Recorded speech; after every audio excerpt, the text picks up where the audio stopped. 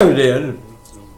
Well, my grandpa's like, your generation is just too reliant on technology. And I said, no, Gramps, yours is. And I pulled the plug on his life support to prove That'll learn him. That did. Well, Pfizer Corporation announced today Viagra is soon going to be available in liquid form, and it's going to be marketed by Pepsi Cola as a power beverage suitable to use for a mixer.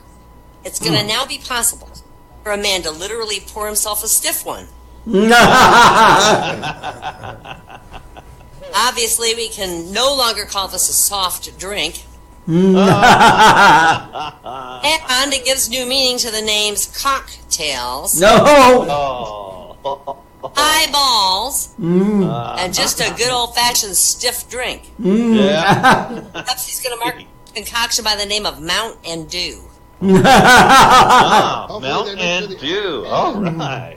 You know, there's more money being spent on breast implants and Viagra today than on Alzheimer's research. And that means by 2040, there's going to be a huge elderly population with perky boobs and huge erections and absolutely no recollection of what to do with either.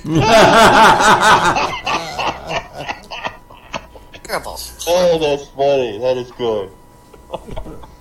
My therapist said that my narcissism causes me to misread social situations, but I'm pretty sure he was hitting on me.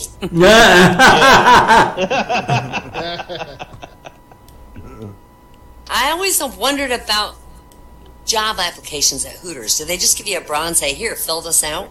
Of course I couldn't.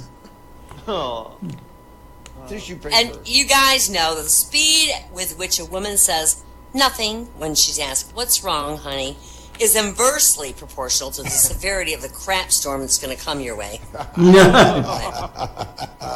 That's so true.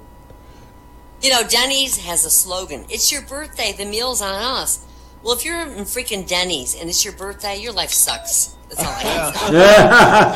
I want to go to Putter's and have a $30 steak dinner, buddy. Yeah.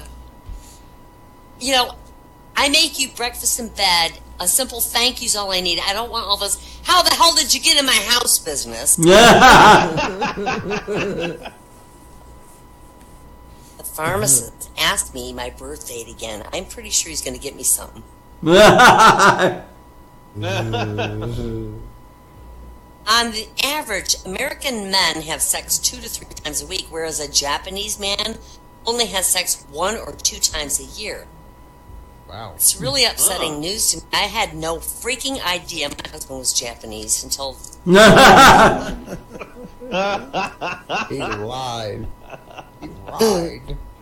This 85-year-old husband and wife decide to take a road trip. She drives because she can see, and he rides because he can hear.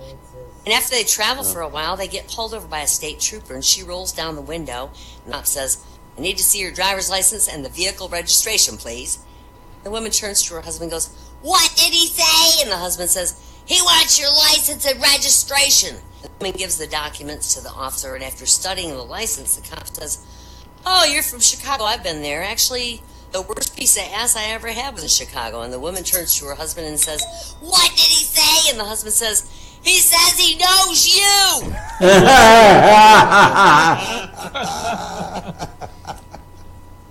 Now, the other day, I was babysitting my little 3-year-old nephew, and I had to childproof the whole house, and it worked. He ran around screaming for 3 hours and never could get back in. When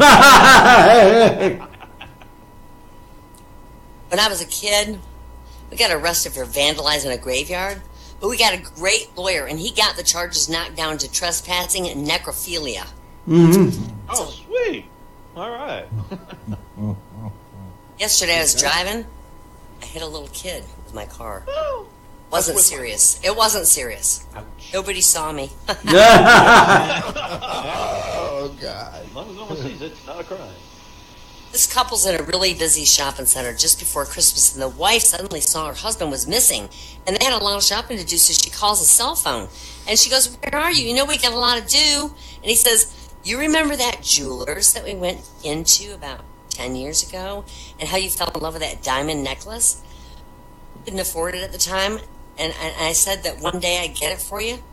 And she started to have little tears run down her cheek, and she got all choked up. And she goes, "Oh, yes, I remember that shop." And he goes, "Well, I'm in the bar next to it." Funny. This one was a retell of Fiddlers. This bear walks in a bar in Billings, Montana, and sits down, and he bangs the bar with his paw and demands a beer. And the bartender comes up and goes, "We don't serve beer to bears in bars in Billings."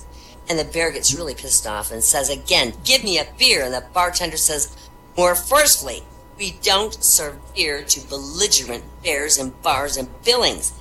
The bear, really pissed off now, says, "If you don't serve me a beer, I'm going to eat that lady sitting at the end of the bar." And the bartender turns to look, and he sees Nancy Pelosi seated in the last bar stool. And the bartender says, "I'm still sorry, but we don't serve beer to belligerent bully bears in bars in Billings." And the bear goes to the end of the bar, and as promised, he eats the woman up. Nancy Pelosi's gone. Comes back to his seat and says, give me a beer now." And the bartender says, "I'm sorry, we don't serve beer to belligerent bully bears in bars in Billings who are on drugs." And the bear says, "I am not on drugs." And the bartender says, "You are now. That was a barbiturate." Oh, that's good. You know, I am getting older, but I still can't understand why women are okay that J.C. Penney has an older women's clothing line that's called Sag Harbor. That's so cool. That's a real thing. Okay. You know, I'm driving around today going to the grocery store, and I just wonder, what is it about a car that makes people think that you can't see them pick their nose? You don't care. And my last is for the night is the reason Mayberry, Andy of Mayberry, you know, the show, it was so peaceful and quiet. It was because nobody freaking was married. Andy, Aunt Bee, Barney, Floyd, Howard, Goober, Gomer, Sam, Ernest T. Bass, Helen, Thelma Lou, Clara, and of course Opie. They're all single. The only married person was Otis, and he stayed drunk the whole freaking show.